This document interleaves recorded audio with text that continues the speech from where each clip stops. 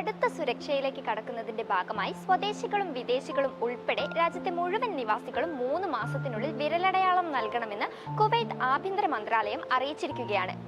രാജ്യത്ത് എല്ലായിടത്തും വിരലടയാളം സ്വീകരിക്കാൻ സൗകര്യമുണ്ടായിരിക്കും. വിരലടയാളം നൽകാത്തവർക്ക് 2024 ജൂൺ മുതൽ സർക്കാരിൽ നിന്നുള്ള സേവനങ്ങൾ തടയുമെന്നും അറിയിപ്പിൽ വ്യക്തമാക്കിയിട്ടുണ്ട്.